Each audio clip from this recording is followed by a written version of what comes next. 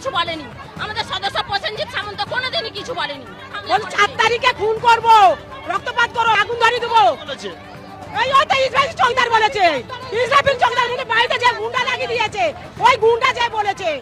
হ্যাঁ, জাহাঙ্গীর খানের গুন্ডা ইসরাফিল। জাহাঙ্গীর খান তো গুন্ডা, সে জাহাঙ্গীর খান তো পালিয়ে গেছে। ভোট দিতে পেরেছিলে? ভোট তো দিয়েছি, ভোট দিয়েছি বলে বিজেপিকে ভোট দিয়েছি বলে আমাদের টিকতে দেয় না, আগুন ধরিয়ে দিবে বাড়িতে।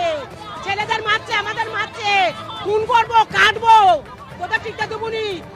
আজকে আমার পাশের বাড়ি ধমকাছে, কাল যে আমাকে ধমকাবে না তার কি মানে আছে? কাল থেকে এখনো ইসরাফিল চৌকিদার কেন অ্যারেস্ট হলো না? আমরা এই ইসরাফিল চৌকিদার অ্যারেস্ট চাই। বেঙ্গলপুরে ধরছে না কেন? দুষ্কৃতীদের আজকারা দিচ্ছে কেন? আমার নিরাপত্তা চাই, আমাদের নিরাপত্তা চাই, মহিলা নিরাপত্তা চাই। পথে ঘাটে বাড়িতে সব জায়গায় আমাদের নিরাপত্তা দেওয়া হোক। পুনর্নির্বাচন চাই। আমরা কাছে বিচারের আশায় এসে বসেছিলাম ঘন্টার পর ঘন্টা, আমরা বিচার পাইনি। এখন এরকম হচ্ছে, যখন ভোট গণনা হয়ে যাবে এর থেকে আরো বেশি অত্যাচার হবে। কিন্তু বাড়ির লোককে ডেকে এনে মারধর করা, এগুলো তো করাটা উচিত হয়নি। আমরা আজাদিটা কোথায়? ফলতায় মা বোনেরা বিক্ষোভ করছে, পূর্ণ নির্বাচন হবে 21শে মে, 24শে মে ফলাফল প্রকাশ করবে। সেখানের মা বোনেরা অভিযোগ করেছে ডায়মন্ড হারবারের ফালতায় 285টি বুথের মধ্যে 68টি বুথে স্ল্যাব লাগানো আছে।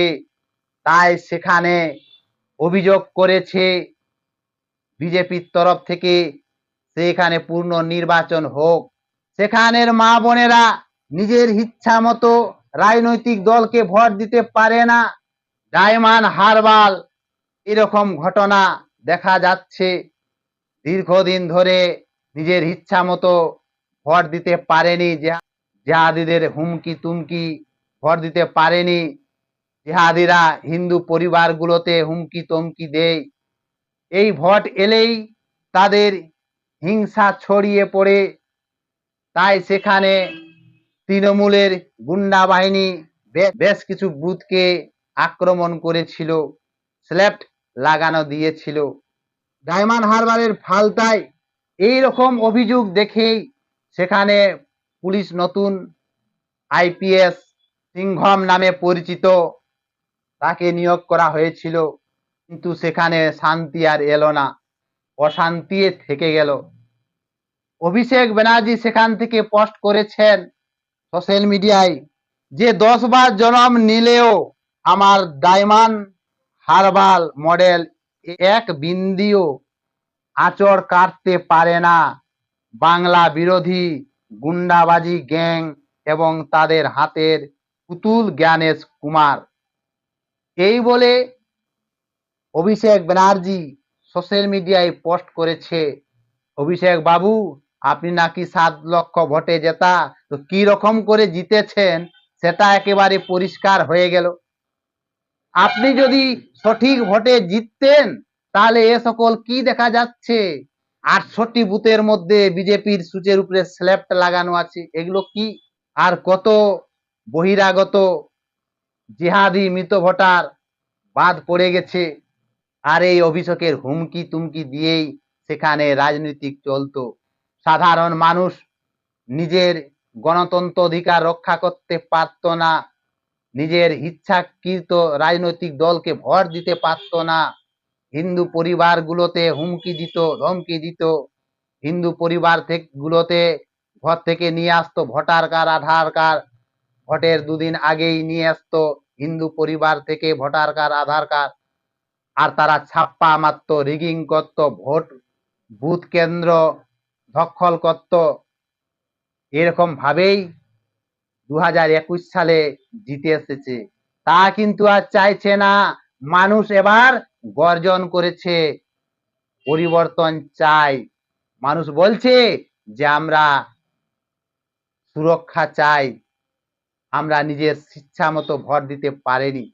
এই ব্যাপারে ডায়মন্ড হারবারের ফালতায় যে স্ল্যাব লাগানো আছে এই ব্যাপারে শুভেন্দু অধিকারী কি বলেছে শুনুন। পুরো রিপোল অনিয়ম হয়েছে বলে 2 দিন ধরে স্কুটিনি করে সিদ্ধান্ত নিয়েছে। একটা রিপোল বুথে করতে গেলে কমপ্লেন করতে হয় ক্যান্ডিডেটকে, তারপরে সিসিটিভি ফুটেজ এবং প্রিজাইডিং অফিসারের হ্যান্ডবুক, অবজারভারের রিপোর্ট স্কুটিনি করতে হয়, করে ইলেকশন কমিশনকে ডিসিশন নিতে হয়। সেই জন্য 2 দিন সময় লেগেছে। আমরা মনে করি যেটা করেছেন ঠিক করেছেন। শুভেন্দু অধিকারী পরিষ্কার বললেন যে নিয়মটা কি রকম, যে কি রকম প্রসেসে কি রকম নিয়মে গেলে আজকে যে 2 দিন যে সময় হলো, 29-এ সেখানে বিধানসভা ভোট ছিল, সেখানে 29-এ হয়নি, তাই 2 দিন সময় লেগেছে। কিছু একটা নিয়ম আছে যে প্রথম ক্যান্ডিডেটকে জানাতে হবে, তারপরে ক্যান্ডিডেট আসবে, তারপর সেখানে পোলিং অফিসার আছে, তাদেরকে সই লাগবে, তাদেরকে একসাথে হয়ে নির্বাচন কমিশনকে নোটিশ করতে হবে। কিন্তু প্রশ্ন যাচ্ছে যে পোলিং অফিসার তো জানতো বিজেপি সুচের উপরে স্ল্যাব লাগানো আছে, তো তারা কেন চুপ আছে? এই জন্যই তো নির্বাচন কমিশন জ্ঞানেশ কুমার ভোটের কাউন্টিং এর জন্য রাজ্য কর্মচারী চায় না, কেন্দ্রের কর্মচারীকে নিয়ে ভোটের কাউন্টিং করছে। এরা রিগিং, ছাপ্পা, ভোট গণানি হামলা একের পর এক করে নিয়ে পরপর 3বার ক্ষমতায় এসেছে, আর কিন্তু করতে দেওয়া হবে না। বাংলার মানুষ সচেতন হয়ে গেছে, জেগে গেছে, বাংলার মানুষ জবাব দিয়ে দিয়েছে। 23শে এপ্রিল, 29শে এপ্রিল কালকেই প্রকাশ হবে, ফলতাই পূর্ণ নির্বাচন হবে। এলাকাটার মানুষ গর্জন করেছিল, অভিযোগ করেছিল, সেই অভিযোগ জ্ঞানেশ কুমার নির্ণয় নিয়েছে। জ্ঞানেশ কুমার বলে দিয়েছে ফলতায় পুরো বিধানসভায় পূর্ণ নির্বাচন হবে 21শে এপ্রিল, 24শে মে ফলাফল প্রকাশ হবে। তার আগে 4ই মে 293টা বিধানসভায় ফলাফল প্রকাশ হবে, কিন্তু সেই একটা বাদ থাকবে, 24শে মে ফলাফল প্রকাশ করবে। ফলতাই এবারে সন্দেশখালীর 2 এর মতো, সন্দেশখালীতেও মা বোনদের ভোট দিতে দিত না, মা বোনদের টেনে নিয়ে যেত, তাদের উপর নোংরামি করত। এখানেও কিন্তু সেই একইভাবে একদিন সেখানের মা বোনেরা জেগে উঠলো, আর এই ফলতাই মা বোনেরা বিক্ষোভ করছে। তৃণমূলের এই কূটনীতি বাদ দিয়ে ভোটে জিততে পারে না।